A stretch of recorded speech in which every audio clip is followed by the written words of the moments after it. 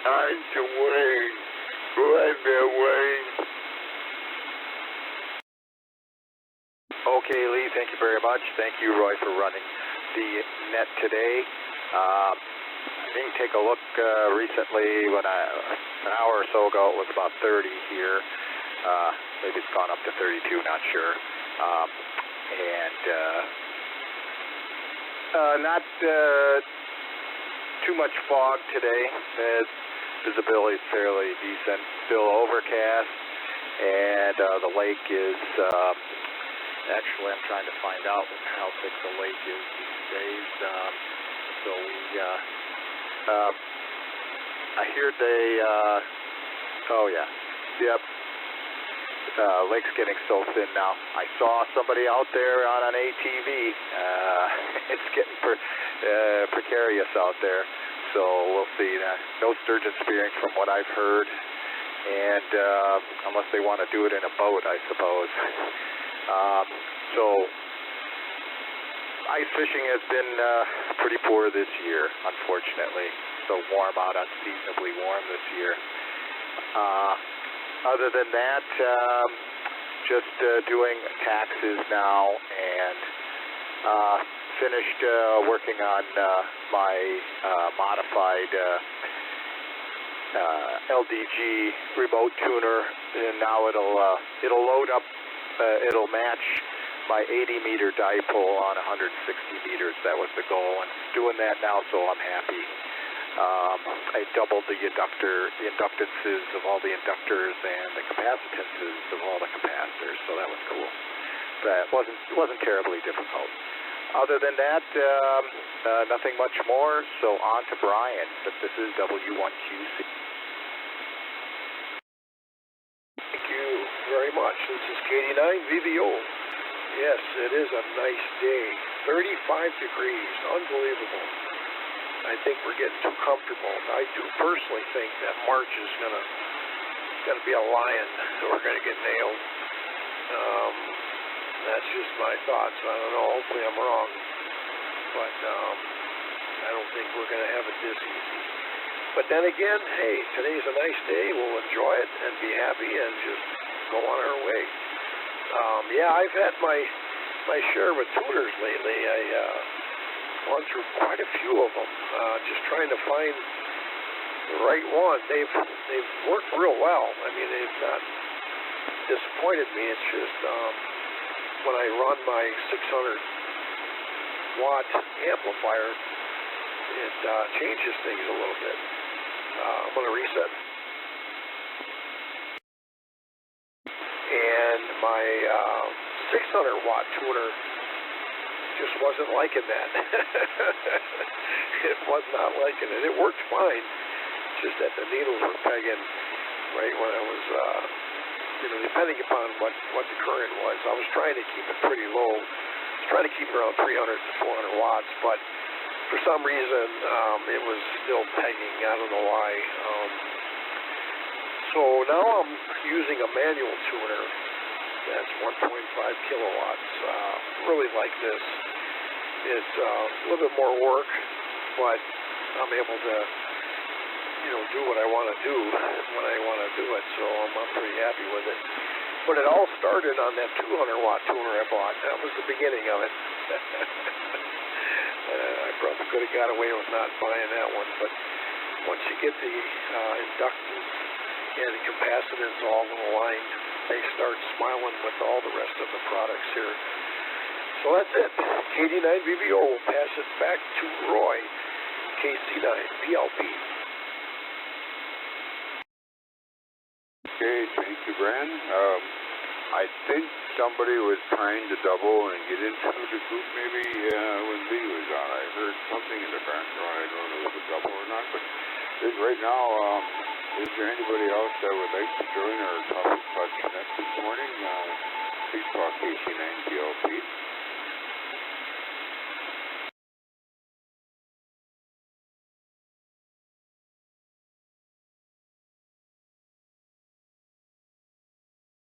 We'll ask again at the end. Glad we got the group together here that we do have this morning. going out to lunch, Lee? Yeah, we do some of that too. We went out to lunch yesterday, Tuesday morning. My wife and I do Bible class at 10 o'clock in the morning, and then we hit right now we have a group about 12 people or so in that neighborhood.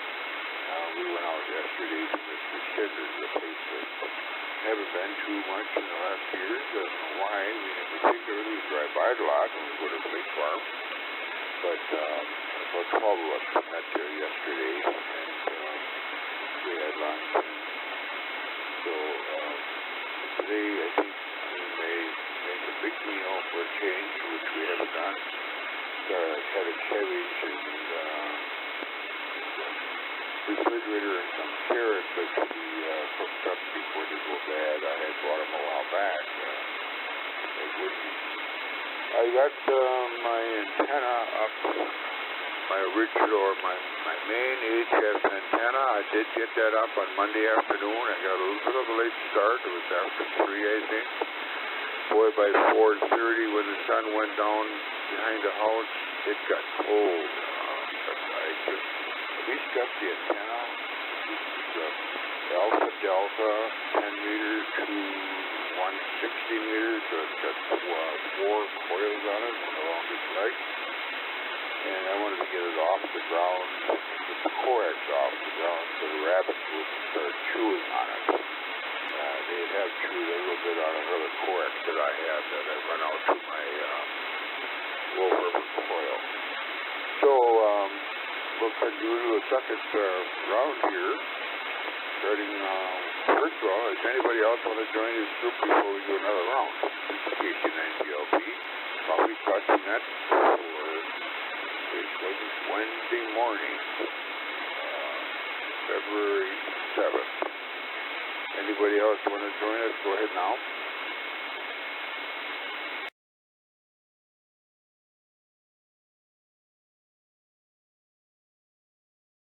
Okay, I hope I didn't time out. Go ahead, Lee. We'll go another round. We only got 4 of us. We could do a couple rounds here. And we'll do a last round. But go ahead, Safety 9, Zulu, Victor Zulu. Go ahead. I just thank you there, Roy. Thank you for doing the night. I've been working ATF. Been having a lot of fun working 10 meter FM. 10 meter FM is pretty fun to work. And I just enjoy working bands and making contacts and work quite a few polar stations parked on the air, work quite a few of them, and just enjoy ham radio. Over to you,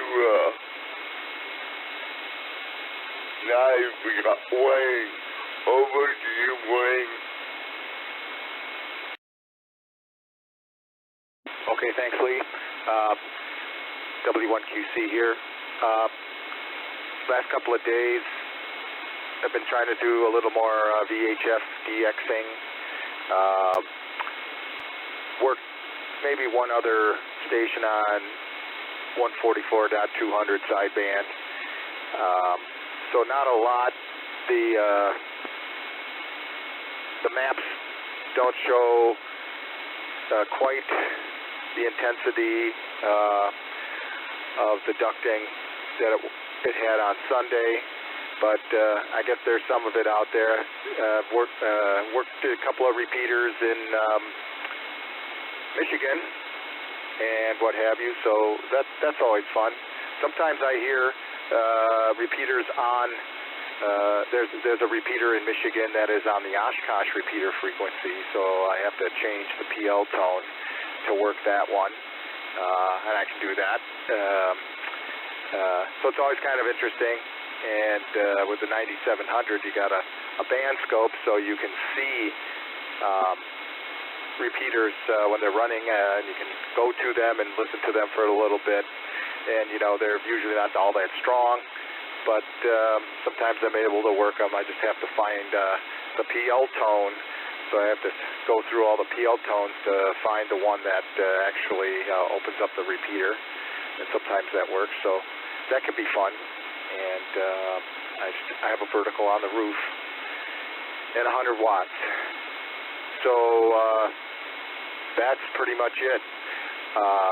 Over to Brian, W1QC. Thank you, Wayne. KD9VVO here. Yeah, that's a nice radio. Kind of jealous, you know. I was looking at, when I was looking at buying a radio, it was the 7300 or the 9700, and since it was primarily HF that I was looking for at the time, I went ahead and got the 7300, which I'm not even using it now. It's typically, or it's primarily just a POTA radio, because shortly after I bought the 7300, spent several months really enjoying it, having fun with it. I ended up getting 7610, which kind of fell in my lap in a very odd, peculiar way. Otherwise, I would have been very happy with the 7300. So, pretty neat to hear all the different functionalities of this hobby. You know, as an electrician of 30 years, you know, I've had my share of residential, commercial, and industrial work, pretty much close to 10 years in each area. So I've learned that in the electrical industry, you know, somebody says, oh, I'm an electrician, you know, and you talk to them and find out they only do, you know, whatever. Maybe they just worked in a factory. Well, like when I worked at Wapaka Foundry, a lot of electricians there were very good. PLCs, computers, electrical work, running pipe, pulling wire, doing all this stuff. But none of them had credentials. You know, none of them were licensed or, you know, and that's all they knew. A lot of them didn't have theory or background in the electrical industry or just in electrical principles in general, as far as Kirchhoff's law and Ohm's law even. I mean, geez, Ohm's law. I mean, you can put a tattoo on your arm and pretty much know how to do half of things electrically. But anyhow, it's pretty cool listening to you, Wayne. I like listening about that radio and tuners, you know, since I've had so much fun with these tuners. So anyhow, that's my story. I think I'll stick with it today. Pass it back on to Roy, KC9PLP.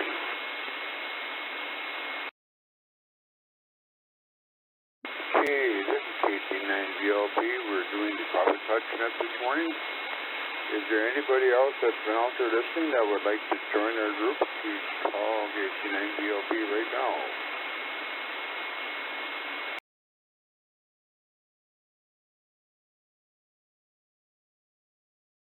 We have the group that's together. It's very interesting. Everybody's got their information to offer here.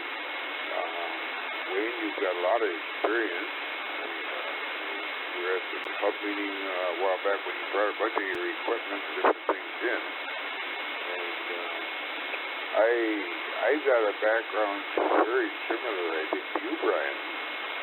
I worked as a maintenance electrician at Private Financial AAL here in Appleton, primarily in the main office, big white building. And we had satellite buildings that we worked at. We did the daycare center. We had a bank across the street in Ballard. We did that one. I did not do a lot of work downtown. We acquired our building downtown way back around 1978. We had our own different maintenance staff taking care of the original, what's now called the 222 building. But Private at the time had enough people to fill basically both buildings. I had a very, like you said, you worked at Wapaka Foundry. I mentioned there were a lot of different temperature gauges and et cetera there too. My best experience, I'm going to reach that first. I would say the most fun I had as electronics technician before I became more of a all-around electrician. Reach that again.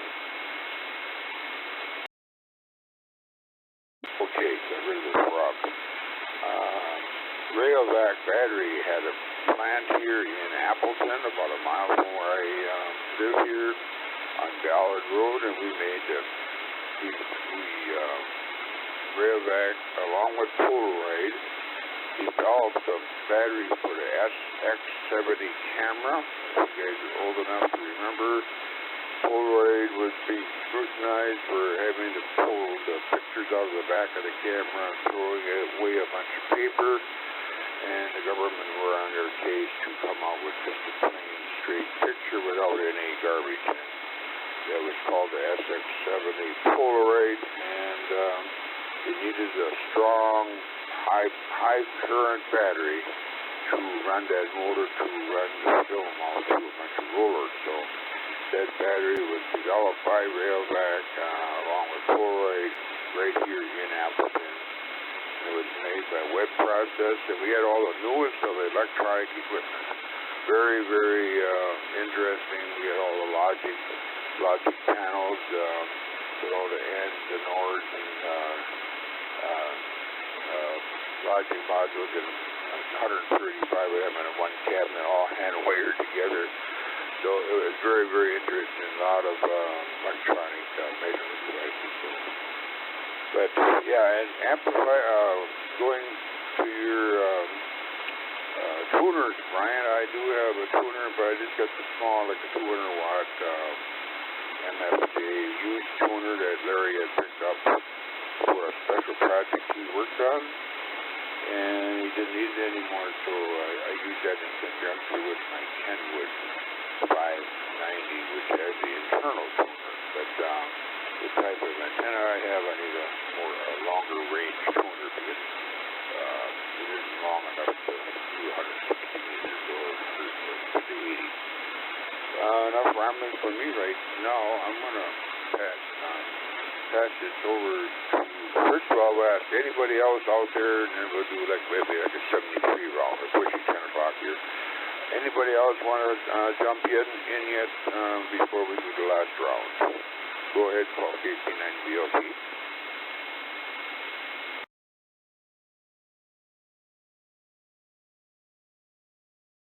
If not, we'll go back to you, Lee. We'll do a 73 round, and then we'll call it a day.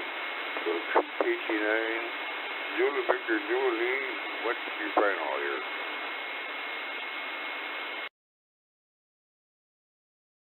Thank you, Roy. KC9 Zulu Victor, Scott. Everybody have a good day.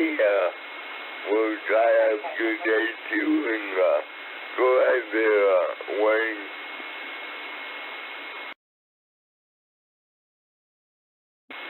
Okay, thanks, Lee, and thank you, Roy, for doing the net. And yeah, Brian, sell that 7300 and save your pennies and get a 9700. If you've got a 7610, that is a fantastic radio for sure, and it has something up. It has a leg up on the FTDX 101.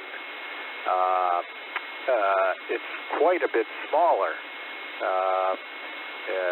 I noticed that it's.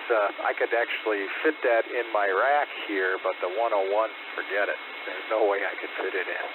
So there's something to be said for that 7610 as well as its performance. I know it is a very good performing radio with all the features you would ever want. That's for sure.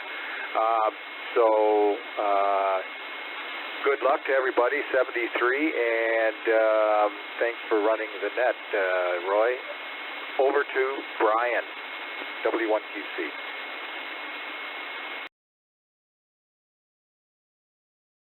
Thanks, Wayne. I was writing your call sign down. I thought I got to keep in touch with this guy. He's praising me already for my equipment. No, I hear you. Excuse me, I know what you're saying regarding these different radios. I did a lot of research on them. I tossed around.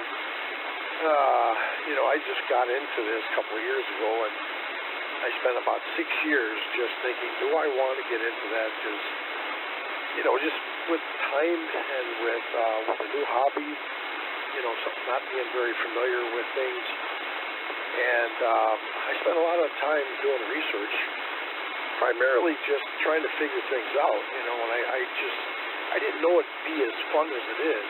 You know, I just have so much fun. On the VHF side, HF, I just love HF. I go to all the different bands. You know, there's a website, I think it's hfqso.com. And in the morning, they'll go from 17 meters, 15 meters, down to 10 meters. And just basically, just for fun, you listen to all these people, and you hear, your rig being, a lot of times on some of these different frequencies, you're thinking, geez, I can barely tune into the frequency, let alone hear anybody on it. I'm going to reset. But it's been so much fun, every time, just like electrical work, every time I get involved in an aspect of it, there's another aspect that I've never known about, or, with all the different tentacles that come off of the ham radio industry, it's just amazing. I've been on many rabbit trails, and I thought, do I get into this or do I not get in? Because I know that if I get into something, I'm going to dig into it, and I'm going to really take the ball and run with it. That's just the way I am with my personality. And so far, I've been having a lot of fun. I've caused a lot of problems along the way, doing things I shouldn't have done, and seeing things smoke and burn up, and wow, how'd that happen? Learning grounding issues, and just all the different aspects of this hobby. To me, it's more than just a hobby. I look at the state of our world on a geopolitical level, and what happens if everything gets taken out. I do believe we're going to get hit by an EMP very soon, and I do believe it's going to take out most of the equipment that we use as ham radio operators, and it's a very serious concern of mine, and I think there's nobody in the industry that's talking about it. And it's a big concern, because this is a lot of money. Not to mention that, but communication. How are you going to communicate? How are you going to find out what's going on in your community or halfway around the world if your gear's not working or you don't have the ability to run it? So that's my story. I have to end because I'll keep going. This is KB9VBO. Thank you, guys, and thank you, Roy, for doing that. I really appreciate taking the mantle. Okay.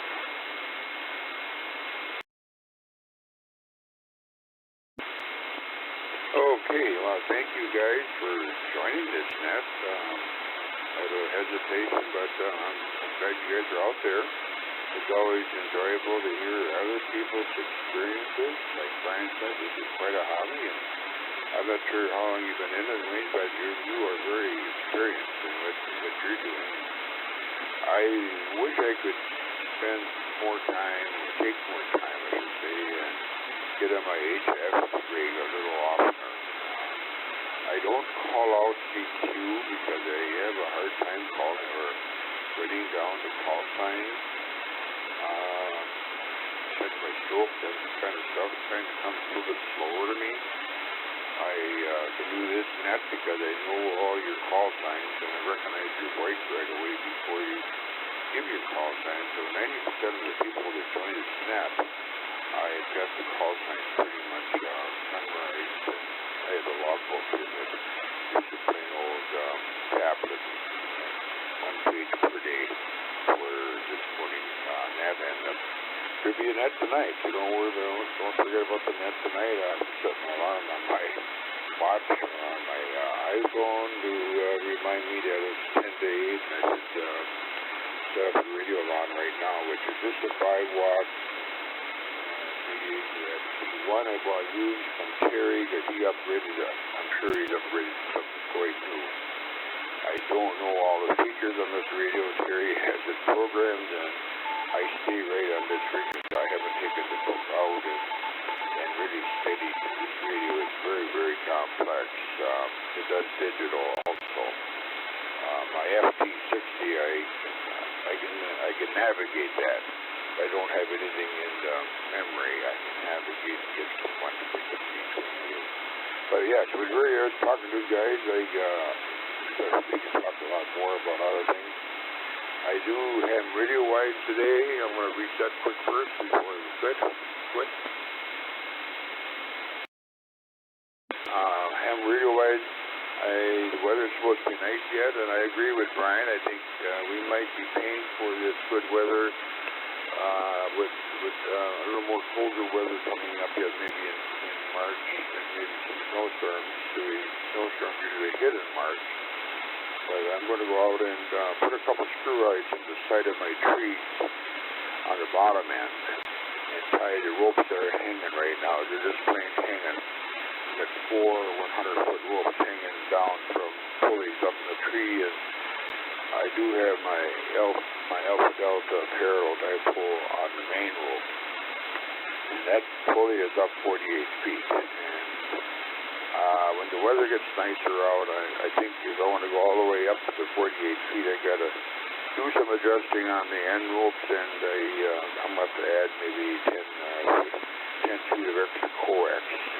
And I want to make that connection down by the house, not up by the tree, because I got that really put together, really good. It's lasted 7 years, and it's like new yet, so I don't want to tear that all apart, so I'll have to add the extra feet onto my coax and then run my coax all the way down along my house, give it some extra length. So, but I want to at least get the screw eyes in the snow when the weather is nice. But I'm like Wayne, I got to start working on taxes pretty soon. It's going to be done online this year instead of a booklet. So I get things ready to take to a tax accountant, and got to keep going to that. I got a long list of things to get done here. Got work done in between being a full-time caregiver for my wife and her Parkinson's type disease that she's got. So everybody have a great day. We'll call it quits for this Wednesday, and I think Chris said he's going to take over on Friday. So this is KC9 VLP 73. Everybody have a great day, and we'll talk to you either tonight or on the subnet, or we'll see you on Friday morning. This is KC9 VLP 73.